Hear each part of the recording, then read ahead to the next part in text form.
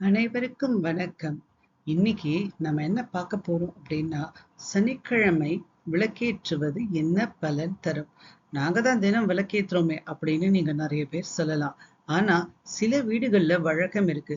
செவ்வாய்க்கிழமையும் வெள்ளிக்கிழமையும் மட்டும்தான் விளக்கேத்துவாங்க. எல்லா நாளும் விளக்கேத்த மாட்டாங்க. இது எல்லாருக்கும் மனப்பதிவு. அதாவது அந்த மாதிரி தரப்பினருக்கும் சேர்த்துதான். சனிக்கிழமை அப்படின்னாலே நம்மள பல பேருக்கும் பயம் வரும். ஏன்னா, ஐயோ சனி தசை நடக்குதே, எல்லாத்தையும் சனி பார்த்துக்கிட்டு இருக்கான் அப்படின்னு சொல்றவங்க பல பேர்.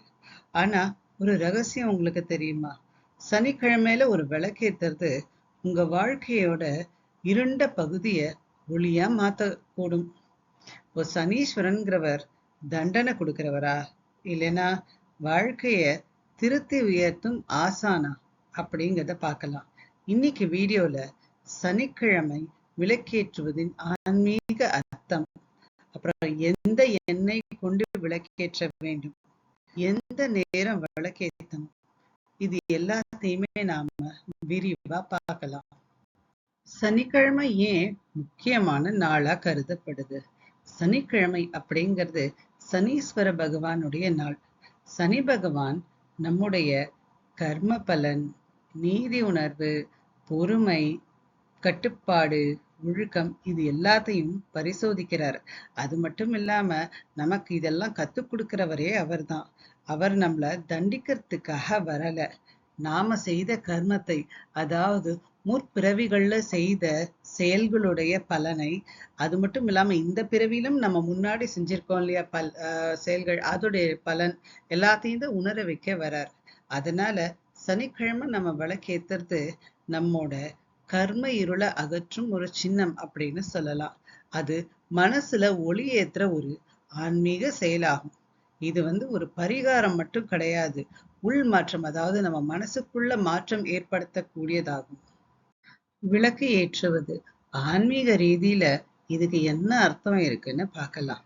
விளக்கு அப்படிங்கிறதே அகத்தின் இருள் அகற்றுவது, அதாவது நம்ம உள்ளத்துக்குள்ள இருக்கிற இருளை அகற்றும், அறியாமை நீக்கும், நம்முடைய பாவத்தை உருகச் செய்வது, பயத்தை தகர்ப்பது. இப்போ சனி பகவான் பெரும்பாலும் இருள் அப்படின்னு சித்தரிக்கப்படுறார். சொல்ல போனா சனி பகவானுடைய அப்பியரன்ஸே அவர் சூரிய பகவானுக்கும் சாயாதேவிக்கும் பிறந்தவர், அதனால கருமையான நிறத்தோடு இருக்கிறவர் அப்படின்னு தான் அப்பியரன்ஸே சொல்லப்படுது. அதனாலதான் அவரை இருள் அப்படின்னு சித்தரிக்கிறாங்க. அவரது கிருபை வரும்போது நம்ம வாழ்க்கையில உண்மையான வெளிச்சம் வரும். அது எப்படி? அவர் வந்தா கஷ்டம் தானே வரும். எல்லாருமே அவர் பேரை சொல்லிதானே நம்ம திட்டிக்கிட்டு இருக்கோம் அப்படின்னு நம்ம நினைப்போம். ஆனா நாம நல்ல செயல்கள் செஞ்சிருந்தோம் அப்படின்னா அதுக்கான பலன் நல்லதுதான் நடக்கும். பாவச் செயல்களுக்கு தான் கெட்டது நடக்கும். அதனால நாம நல்லது செஞ்சிருந்தோம்னா கண்டிப்பா உண்மையான வெளிச்சத்தை கொண்டு வருவார். சனிக்கிழமையில விளக்கேத்துறதுங்கிறது என் வாழ்க்கையில நான் செஞ்ச தவறுகளை உணர்றேன். நான் திருந்த தயாரா இருக்கேன்.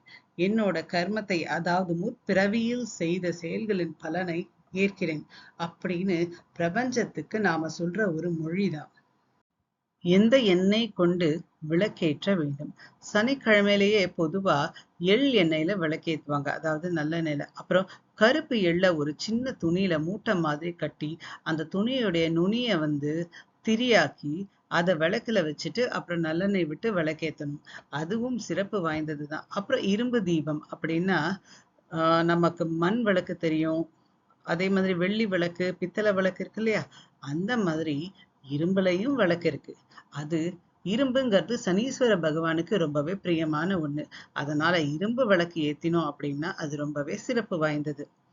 எள் எண்ணெய், அதாவது நல்லெண்ணெய் சனீஸ்வர பகவானுக்கு ரொம்பவும் பிரியமானது. ஏன்னா எள் அப்படிங்கிறதே கர்ம சுத்திகரிப்பு அப்படிங்கிற தன்மை கொண்டது.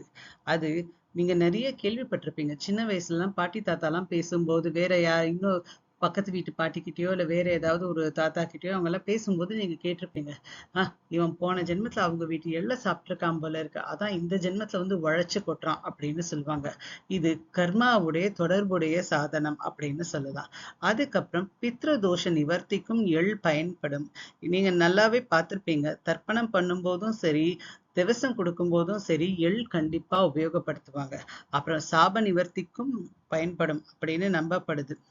எண்ணெய் விளக்க வச்சு நம்ம ஏத்தினோம் அப்படின்னாலே சனி தசை, அஷ்டம சனி, ஏழரை சனி இதெல்லாம் நடக்கும்போது மனசுக்கு நிம்மதியையும் அமைதியையும் தரும். விளக்கேற்றுவது யாருக்கு அதிக பலன் தரும்? சனிக்கிழமையில விளக்கேத்துறது மிகுந்த பலன் தருவது யாருக்கு அப்படின்னு பார்த்தா, சனி தசை நடக்கிறவங்களுக்கு, கடன் சுமை அதிகம் இருக்கிறவங்களுக்கு, வேலை இல்லாம தவிக்கிறவங்களுக்கு, நீண்ட நாள் நோய் இருக்கும் இல்லையா அவங்களுக்கு, மன அழுத்தம், மன சோர்வு இருக்கிறவங்களுக்கு, இவங்களுக்கெல்லாம் நல்லாவே பலன் தரும். சனி பகவான் நம்ம சோதிக்கிறது நம்மளை உயர்த்தறதுக்காகத்தான். அது மட்டும் இல்லாம நம்முடைய கர்மாவை கழிச்சு கட்டவும் தான் அவர் நம்மளை சோதிக்கிறார். விளக்கேத்துறது சனி பகவானை சமாதானப்படுத்துறதுக்காக கிடையாது, நம்மோட மனசு சமநிலைப்படுத்துவது. அதாவது நான் செஞ்ச செயல்னால தான் நான் அனுபவிக்கிறேன்னு நம்ம நினைக்க ஆரம்பிச்சிட்டாலே நமக்குள்ள எந்த ஒரு கஷ்டமும் இருக்காது, துன்பப்படாது. நம்முடைய மனசானது எல்லாத்தையும் ரொம்ப ஈஸியா எடுத்துக்க ஆரம்பிக்கும்.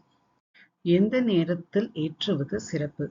மாலை 5:30லேருந்து 6:30க்குள்ள விளக்கேத்துறது சிறப்பு. இல்லைன்னா சனிக்கிழமையில சூரிய அஸ்தமன நேரத்துல வீட்டுல தெற்கு திசை நோக்கி, சனீஸ்வரனுடைய படம் இருந்தால், பொதுவா சனீஸ்வரன் படத்தை வீட்டுல நம்ம வச்சிருக்க மாட்டோம். அப்படி இருந்தால் அந்த படத்துக்கு முன்னாடி விளக்க வச்சு அந்த விளக்குடையது தெற்கு திசையை நோக்கி இருக்கணும், அந்த மாதிரி வச்சு ஏத்தணும்.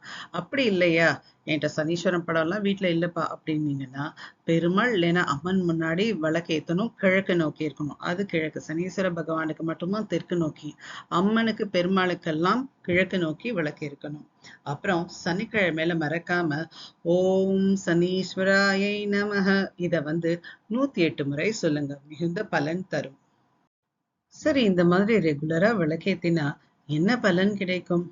தொடர்ந்து 11 சனிக்கிழமை இல்லைன்னா 48 சனிக்கிழமை விளக்கேத்தினா மன அமைதி அதிகரிக்கும், பயம் குறையும், தடைப்பட்ட வேலைகள் மெல்ல நடக்க ஆரம்பிக்கும், நீதிமானாக வாழும் எண்ணம் வரும். அப்படின்னா நம்முடைய மனசு சமநிலை பற்றுச்சுன்னு அர்த்தம். பொறுமை அதிகரிக்கும், சனி பகவானுடைய தீவிர பாதிப்பு குறையும்.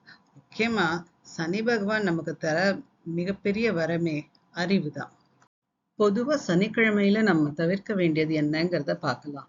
சனிக்கிழமையில கோபப்படக்கூடாது, அடுத்தவங்களை அவமானப்படுத்தக்கூடாது, யாரையும் ஏமாத்தக்கூடாது, முதியவர்களை காயப்படுத்துற மாதிரி சொற்களையோ இல்ல செயல்களையோ செய்யக்கூடாது. இதெல்லாம் செஞ்சோம் அப்படின்னா விளக்கேத்தியும் பலன் இருக்காது, பலன் குறையும். ஏன்னா சனி பகவான் நீதியின் கடவுள், அவருக்கு நேர்மைதான் ரொம்ப பிடிக்கும். சனிக்கிழமை விளக்கேற்றுவது ஒரு பரிகாரம் மட்டும் அல்ல, அது ஒரு உள்ள மாற்ற பயணம். சனி பகவான் நம்மை உடைக்க வரவில்லை, நம்மை உலர்த்தி தங்கமாக மாற்ற வருகிறார். அதனால இனிமே சனிக்கிழமைனாலே பயப்பட வேண்டாம், விளக்கேத்துங்க, உள்ளத்திலையும் ஒளி ஏத்துங்க. அந்த ஒளி உங்க வாழ்க்கையை கண்டிப்பா மாத்தும். இந்த வீடியோ உங்களுக்கு உண்மையாவே உதவியா இருந்தா மறக்காம லைக் செய்யுங்க, ஷேர் பண்ணிட்டு சப்ஸ்கிரைபும் பண்ணிடுங்க. உங்க வாழ்க்கை அனுபவத்தை கமெண்ட்ல மறக்காம சொல்லுங்க. அனைவருக்கும் நன்றி.